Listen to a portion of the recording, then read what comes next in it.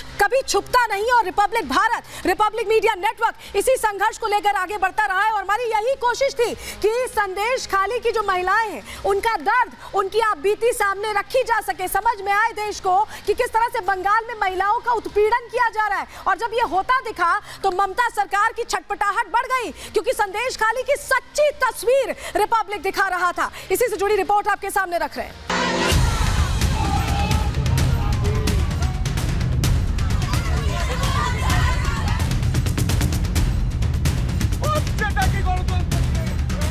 पश्चिम बंगाल में ममता बनर्जी के राज में दुनिया के सामने सच लाने की तस्वीरें कुछ ऐसी होती हैं।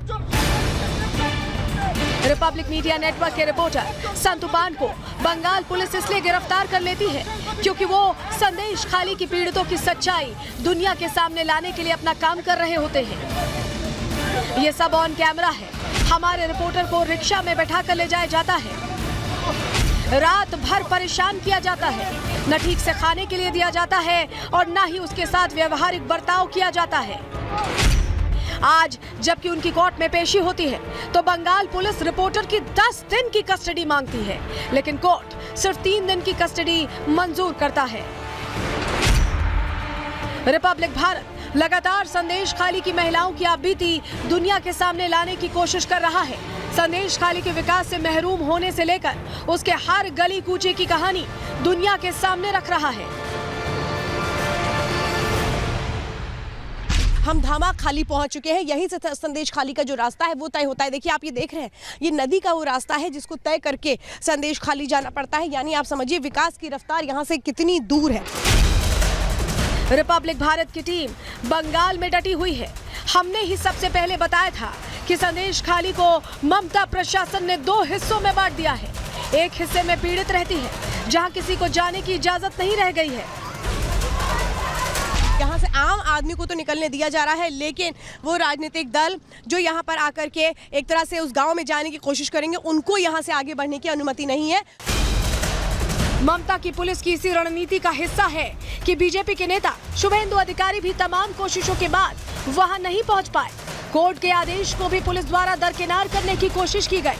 कई घंटों की मशक्कत के बाद उन्होंने पीड़ितों से मुलाकात की। ममता सरकार दमनकारी रवैया अपनाई हुई है।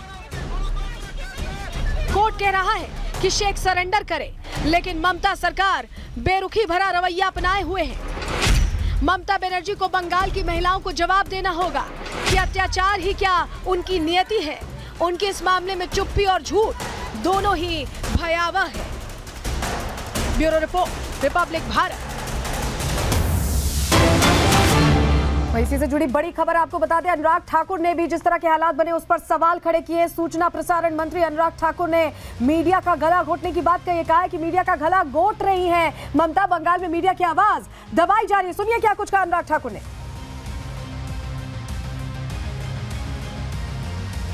ये जो आवाजें दबाने का काम, मीडिया की आवाज को दबाने का काम ममता जी की सरकार कर रही है, मैं मुख्यमंत्री जी से कहना चाहता हूं, ये फ्रीडम ऑफ प्रेस, इसका गला घोंटने का काम मत कीजिए। आप कब तक मीडिया की आवाज को दबाएंगे? आप कब तक महिलाओं की आवाज को दबाएंगे? आपके राज में कब तक ये जुल्म होते रहेंगे? आखिर चीखो पुकार करके सवाल बार बार खड़े होते हैं कि आपकी सरकार में कानून व्यवस्था क्यों चरमरा गई है। चाहे वो महिलाओं के अधिकार हो या मीडिया के अधिकार हो, इनको ध्वस्त करने का अवसर हुआ है। आखिरकार देश का नाम भी खराब होता है तब ऐसी घटनाएं, चाहे फ्रीडम ऑफ प्रेस को लेकर है या महिलाओं के खिलाफ अत्याचार की है, ये राज्यों में घटने वाली घटनाएं जैसे पश्चिम बंगाल में हुई, ये देश और मानवता को शर्मसार करती हैं और मीडिया की आवाज को कुचलने का प्रयास ये बिल्कुल नहीं होना चाहिए। स्वतंत्रता मीडिया की है और आगे भी रहनी चाहिए। चलिए आगे बढ़ते हैं और बात अब उत्तर प्रदेश की कर लेते हैं। राहुल गांधी जो अपने बयानों से खुद अपनी पार्टी के लिए भी मुसीबत खड़ी कर लेते हैं और अपने लिए भी, और ये अमूमन हर चुनावों से पहले होता है। इस बार भी कुछ ऐसा ही होता नजर आया है और इसीलिए हम कह रहे हैं राहुल गांधी को कि राहुल गांधी साहब जरा संभल कर चलिए, क्योंकि अभी आपकी राहें उतनी आसान नहीं है। ये रास्ते थोड़े टेढ़े मेढ़े हैं जो 24 के चुनाव में आपको उलझा सकते हैं, आपको फंसा सकते हैं। और यही वजह है कि राहुल गांधी को सोच समझकर कम से कम बोलना चाहिए। जब जुबान से निकलती है कोई बात तो ये कहा जाता है कि ऐसी बानी बोलिए मन का आपा होए और उनको शीतल करे आपो शीतल होए। लेकिन राहुल गांधी ने शायद ये कहावत सुनी नहीं है, खुद भी सोच समझ कर नहीं बोलते। क्या बयान उन्होंने दे दिया है जो उनके लिए मुश्किल, उनकी पार्टी के लिए मुश्किल खड़ी करने वाला। पहले वो बयान आपको सुनवा देते हैं। वाराणसी में देखा मैंने, रात को वहां पे शराब पिए सड़क पे लेटते हुए बाजा बज रहा है। यूपी का भविष्य रात को शराब पिए नाच रहा है, डांस कर रहा है नशे में।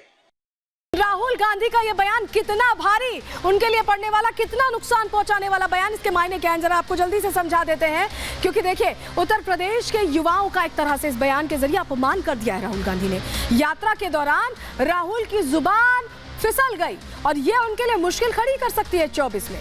काशी के युवाओं को उन्होंने शराबी बता दिया, इस तरह के भाषा का इस्तेमाल किया है। राहुल क्यों कर रहे हैं काशी के युवाओं का अपमान, वहां के लोगों का अपमान, ये सवाल बना हुआ है। आखिर इस अपमान वाली सियासत से हासिल क्या होना है, ये भी सवाल बना हुआ है। लेकिन अब मुश्किल कहीं ना कहीं खड़ी होती नजर आ रही है और इसको लेकर अब भारतीय जनता पार्टी ने और भी लोगों ने, संत समाज ने भी आक्रोश जाहिर किया, सवाल खड़े किए। क्या कुछ सवाल खड़े किए, सुनवा देते हैं आपको उनका बयान क्या।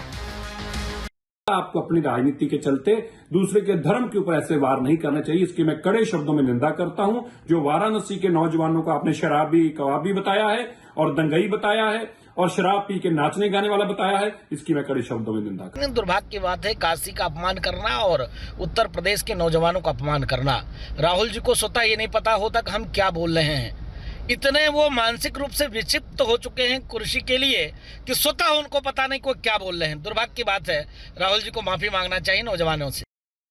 और चलिए अंदर की खबर में आगे बढ़ेंगे। अगली खबर का आप रुख करेंगे, उत्तर प्रदेश की बात कर लेते हैं, जहां सब कुछ डोलता नजर आ रहा है। जो सपना इंडी का था वो बिखरता दिखाई दे रहा है, क्योंकि अब जो ऑफर 17 था वो भी पूरी तरह से फेल हो गया है। और जो ये दो सहयोगी आपको यहाँ दिखाई दे रहे हैं, ये पुराने सहयोगी अब हो गए हैं, अब ये साथ नहीं है। ऐसा हम क्यों कह रहे हैं, किस तरह के हालात उत्तर प्रदेश में सीट शेयरिंग को लेकर बन गए हैं, इससे जुड़ी एक बड़ी खबर ने आज उत्तर प्रदेश में कहीं ना कहीं सियासत को हिला दिया है।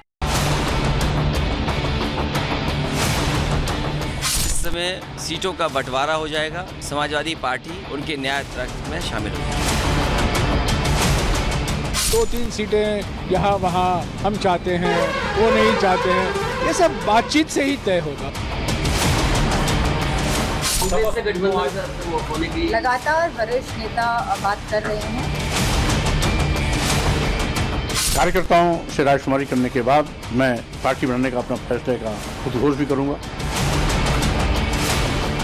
किसी के मन में क्या है ये कौन सी मशीन बताएगी। लाभ लेके तो सब चले जाते हैं। तो अब ये जो दूरियां आ गई हैं, ये इंडी गठबंधन के लिए बहुत मुश्किल खड़ी करने वाली। कैसे जरा आपको समझा देते हैं, हम जरा आपको समझा देते हैं। देखिए, ये जो आप तस्वीर देख रहे हैं, ये जो दरारें आप देख रहे हैं, ये खिंचती नजर आ रही है। सबसे पहले आप समझिए अखिलेश यादव और राहुल गांधी देखिए यहाँ पर बिल्कुल अलग थड़क खड़े हो चुके हैं राहुल गांधी, और यहाँ पर अखिलेश यादव है। लेकिन अखिलेश यादव के लिए भी दिक्कत कम नहीं हुई है, क्योंकि जिसके साथ वो पीडीए का फॉर्मूला सेट होने की बात सोच रहे थे, यानी कि स्वामी प्रसाद मौर्य, अखिलेश और उनके बीच भी ये दरार जो खिंच गई है, ये दिक्कत खड़ी करने वाली उनके पीडीए फॉर्मूले को। तो ओवरऑल अगर देखें उत्तर प्रदेश के परिदृश्य में, तो दोनों ही तरफ से हाथ खाली इंडी गठबंधन के भी दिख रहे हैं और यहां तक कि अखिलेश यादव के भी दिख रहे हैं। कैसे वो अब स्वामी प्रसाद मौर्य के जाने के बाद अपने पीडीए का फॉर्मूला सेट करेंगे, ये सवाल बना हुआ है।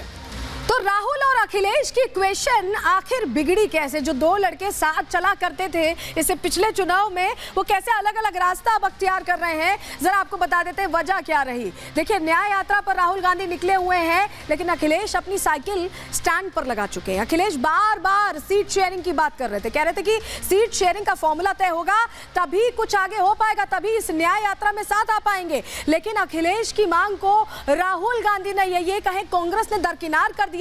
अखिलेश की तरफ से 11 सीटों की पेशकश की गई थी कांग्रेस को, लेकिन कांग्रेस की 11 से ज्यादा सीटों की डिमांड थी और इस डिमांड को बिल्कुल एंटरटेन नहीं करना चाहते थे अखिलेश यादव। और चर्चा के बाद आखिरकार बहुत दौर की लंबी चर्चा चली और उसके बाद 17 सीटें कुल ऑफर की गई, लेकिन कांग्रेस का यह कहना था कि 17 से नहीं काम चलेगा, 20 सीटें चाहिए। 3 और सीटों की मांग की, जो सीटें हम आपको बता रहे हैं बलिया, बिजनौर और मुरादाबाद पर कांग्रेस अड़ी हुई थी। और वहीं आपको बताएं कि सपा बिजनौर और मुरादाबाद नहीं छोड़ना चाहती। वो बेल्ट है जो समाजवादियों का गढ़ है और ऐसे में इसे छोड़ना नहीं चाहती थी और इसी को लेकर बात सेट नहीं हो पाई।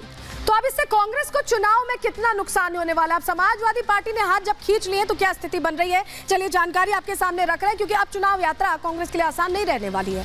अखिलेश भी इंडी से अब अलग हो सकते हैं, आधिकारिक तौर पर अलग हो सकते हैं। अखिलेश के अलग होने से कांग्रेस को बहुत बड़ा झटका लगेगा, बहुत बड़ा नुकसान होगा। कम से कम उत्तर प्रदेश में लोकसभा चुनाव कांग्रेस के लिए अब टेढ़ी खीर हो जाएंगे, मुश्किल हो जाएंगे। प्रदेश में पहले ही कांग्रेस का जनाधार बहुत मजबूत नहीं है, बहुत कमजोर है इस वक्त, और अखिलेश के जाने से जो पिछड़ों का वोट मिलने वाला था अब वो वोट नहीं मिलेगा। अल्पसंख्यक वोटर्स में भी सपा की अच्छी पकड़ है, उसका भी नुकसान कांग्रेस को झेलना पड़ेगा। वहीं अमेठी और रायबरेली की जनता कांग्रेस से पहले ही नाराज है, क्योंकि सोनिया गांधी रायबरेली को ओके बाय कह चुकी हैं। अमेठी से पहले ही चुनाव हार चुके हैं एक बार राहुल गांधी, और कांग्रेस के लिए अब एक भी सीट जीतना उत्तर प्रदेश में बहुत मुश्किल रहने वाला है। बहुत ज्यादा कहीं ना कहीं रास्ता अब टेढ़ा होता दिखाई दे रहा है।